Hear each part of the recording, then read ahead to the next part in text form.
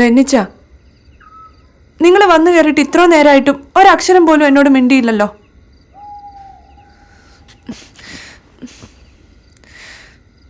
അതോ ഈ നാട്ടുകാർ പറയുന്ന പോലെ നിങ്ങൾക്കും എന്നെ സംശയമാണോ? ഒരാഴ്ച മനുഷ്യനൊന്ന് ഉറങ്ങിയിട്ട് ഒതുക്കത്തെ കൊതുകും അവന്മാർ ഇന്റെ ചായക്കുന്നല്ലേ ചാച്ച. ചേട്ടായിക്ക് തല്ല് കിട്ടി. പാപ്പച്ചൻ ചേട്ടൻ പറഞ്ഞല്ലോ തല്ലൊന്നും കിട്ടുകയല്ലെന്ന്. പാപ്പച്ചൻ എടി അവൻ പറയുന്ന കാര്യങ്ങൾ വിശ്വസിക്കുവോ? നിന്നെ തന്റെ ജോസഫ് അല്ലെന്ന് അവൻ പറഞ്ഞാൽ നീ വിശ്വസിക്കുവോ? നീ കിടക്കാണെങ്കിൽ കിടക്ക് കിടക്കുന്നേ കിടന്നേ.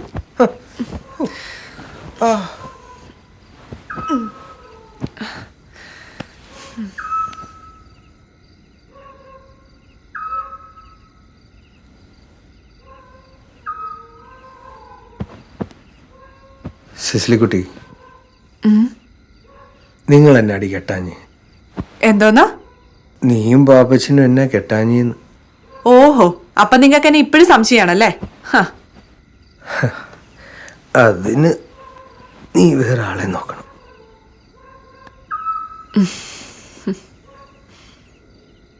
എടി അവൻ കാണാൻ വലിയ തിരക്കേടൊന്നുമില്ലല്ലോ. കുറച്ച് കള്ളം പറയും. അതിപ്പോ ഇന്നത്തെ കാലത്ത് ഒരു കുഴപ്പമാണോ?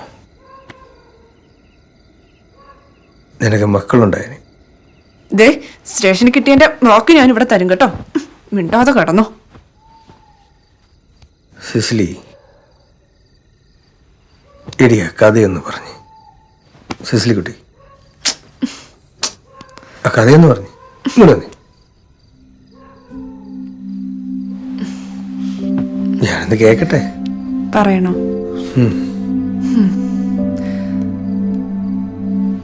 അന്തവും കുന്തവും ഇല്ലാത്ത അന്നത്തെ കാലം. അപ്പൊ ഇപ്പോഴത്തെ പോലെ തന്നെ അപ്പോഴും പറഞ്ഞു പറ.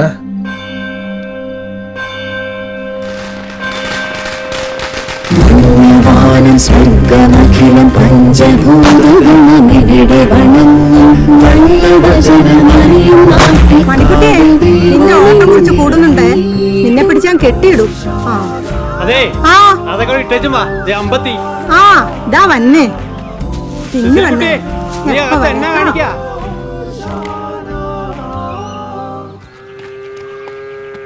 ഓ, നീ ഇവിടെ വന്നിരിക്കണോ? വീട്ടിലെ വിരുന്നുകാരാരെങ്കിലും വന്ന എവിടെയെങ്കിലും മാറി അങ്ങ് ഇരുന്നോണം. ദേ അമ്പ കുര്യച്ചന്റെ വീട്ടിലോട്ട് കേറിയിട്ടുണ്ട്. ഈ തിന്ന പാത്രം ഒന്ന് കഴിക്കൂടെ പെണ്ണ നിനക്ക്? അതൊന്നും ഞാൻ തിന്നതല്ല.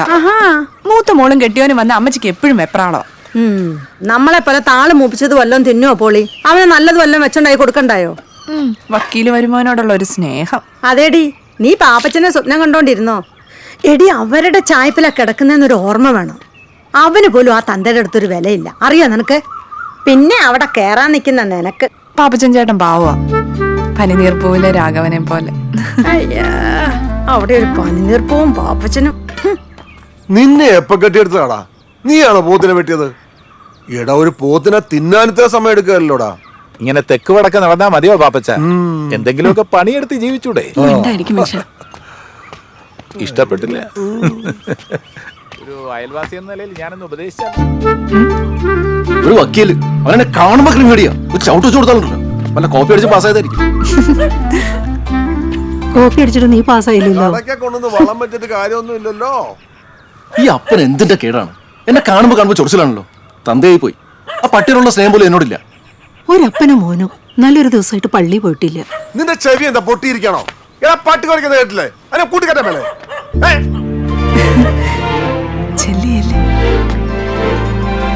മണിക്കുട്ടി, ഈ പശുക്കുട്ടി ഇത് എവിടെ പോയി കിടക്കാണോ? എടി സിസിലി, എടി ഒന്ന് വന്ന് നോക്കിയടി. എന്താ മണിക്കുട്ടി?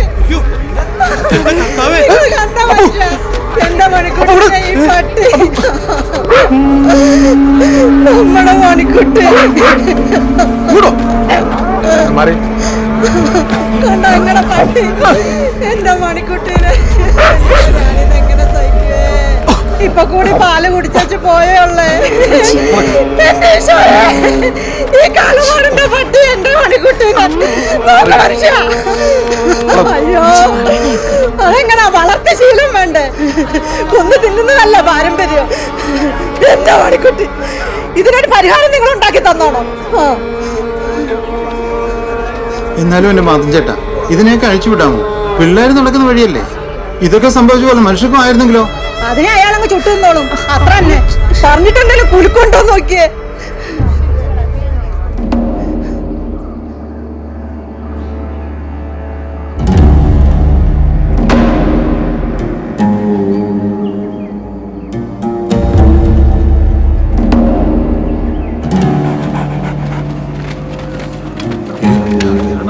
ചേട്ടാ വേണ്ട.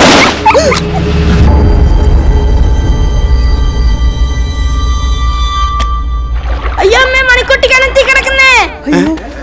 പാടി ഒന്ന് ഓടി ചെല്ലു മനുഷ്യ.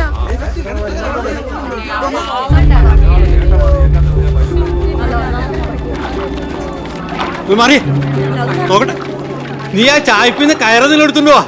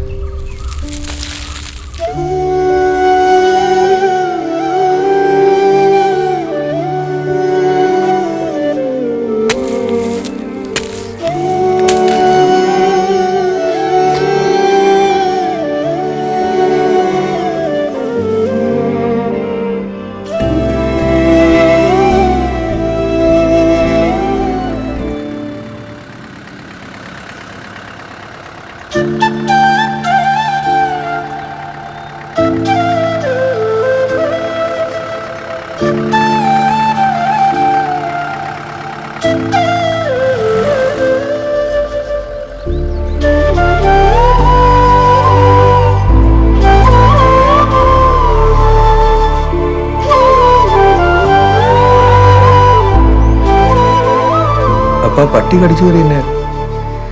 അതെന്നാ വാറുണ്ണിയേട്ടനറുത്ത എരുമ ഗർഭിണിയായിരുന്നു, അതിന്റെ കുട്ടിയാ. അന്ന് രാത്രി തന്നെ മാത്തച്ചായൻ അങ്ങേരുടെ ഇറച്ചിക്കട കത്തിച്ചു. മൊത്തം ഡാർക്കാണല്ലോ. ആരാത്?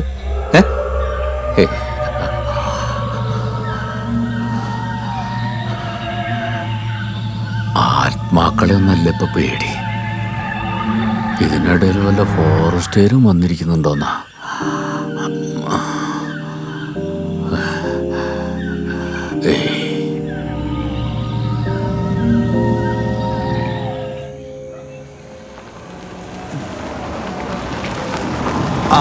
മതി ചവിട്ട്.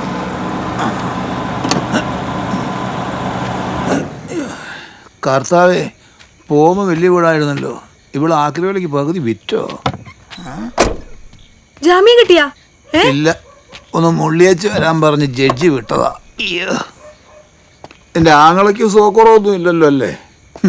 എടേ, 5 ലോഡിൻ്റെ കാശ ഹൈക്കോടതി കെട്ടിവെച്ചത്. ഇനി എല്ലാവർക്കും കൂടി പെറുക്കാൻ പോവാ. ഒന്നാം പ്രതിയെ കിട്ടിയതും പിന്നെ എന്റെ ശക്തമായ വാദവും അതിൽ ജഡ്ജി ഫ്ലാറ്റ്. ഞാൻ ഒരു സത്യം പറയട്ടെ, ഈ നാട്ടിൽ ഹൈക്കോടതി പോയിട്ടുള്ള ഒരേ ഒരു വക്കീലും ഞാൻ മാത്രം. സത്യം. എന്താ വക്കീലെ, തള്ളി തള്ളി ഇവിടം വരെ കൊണ്ടുവന്നില്ലേ? ഇനി തള്ളല്ലേ, താങ്ങൂല. ജാമ്യം കിട്ടി, പെരുത്ത് സന്തോഷമുണ്ട്. വക്കീലിന്റെ ഫീസ് എത്രയാന്ന് വെച്ചാ ഞാൻ തന്നിരിക്കും. എന്നാ ശരിയെന്നാ. വെള്ളം ചൂടാക്കട്ടെ. എന്നെ പുഴുങ്ങാനാണോ? മാവിന്റെ കോമ്പ്, തലച്ചോറ് വരട്ടിയത്. ഇനി ഈ വീട്ടിൽ പോത്തിറച്ചി കയറ്റിയാ നീ നിന്റെ വീട്ടിൽ ഇരിക്കും. ഞാൻ പറഞ്ഞേക്കാം. വെറുതെ ഇരുന്ന് ഒരുത്തനെ മൂപ്പിച്ച് കാട്ടിക്കേറ്റിട്ട് പെരിക്കായി സ്റ്റാർട്ടാകുന്നില്ലേ പറ, ആക്രികളൊക്കെ എടുത്തോളാം. അതാവുമ്പം വീസി കുറയ്ക്കാമല്ലോ.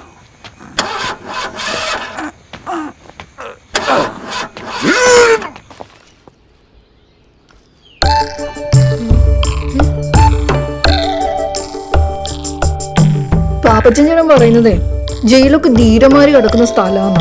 പിന്നെ സ്വാതന്ത്ര്യ സമര സേനയുടെ ഭാര്യയാണല്ലോ, ഇനി പെൻഷനും കിട്ടും. അവിടെ നല്ല ഫുഡൊക്കെ കിട്ടോ? ഞാൻ ജയിലിൽ കടന്നിട്ടില്ല. മതിയുടെ ഇളിച്ചത്. എന്ത് പറഞ്ഞാലും ചില കോമഡി ഷോയിലെ ഓഡിയൻസിനെ പോലെ ഇളിച്ചോണ്ടിരിക്കും. വേഗം കഴിച്ചോ, പിടിച്ചെന്നാ ഒന്നുമില്ല.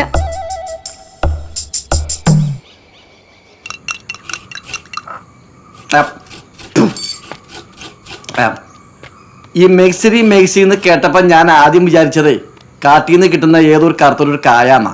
ഞാൻ വിചാരിച്ചതിനെ പറ്റി പറയാതിരിക്കാ നല്ലത്. പക്ഷെ എനിക്ക് അതല്ല, ഈ നാട്ടുകാർക്ക് ഇതിനെ പറ്റിയൊന്നും ഒരു അറിവില്ലേ? ഇതിനെ പറ്റി നമുക്കേ അറിയില്ല, പിന്നല്ലേ നാട്ടുകാർക്ക്. അല്ല സാറേ, ഈ ഫോറൻസിക് റിസൾട്ട് വരാതെ ജാമ്യ ഹർജി പരിഗണിക്കുന്ന ഏർപ്പാടാ എനിക്ക് മനസ്സിലാവാത്ത. ഫ്ലൈങ് സ്ക്വാഡ് കയറി വന്നതാ ആകെ പണിയായത്. ഇപ്പൊ അന്വേഷണം മുഴുവൻ നമ്മളെ തലയിൽ. പാപ്പച്ചനപ്പ 4-5 കൊല്ലം അകത്താ അല്ലേ സാറേ? പിന്നെ അല്ലാതെ ഒരപ്പംപാറയിലെ പുള്ളിമാൻ കേസ്, ആ കുര്യാക്കോസ് ഇല്ലേ, അയാൾക്കും കിട്ടിയല്ലോ 1.5 കൊല്ലം. ആ കേസ് ഇതുപോലെ തന്നെയല്ലേ? അങ്ങേര് ഇതുപോലെ ഒറ്റക്കല്ലല്ലോ, അതാ ഒരു വ്യത്യാസം. സംഭവം ആള് കൂടിയ മനുഷ്യന്റെ കൊലപാതകമാണേലും ശിക്ഷ കുറവില്ലേ സാറേ? ഏയ് അങ്ങനെയല്ല അലക്സേ, ഇതിലെ പാപ്പച്ചൻ തൂങ്ങും.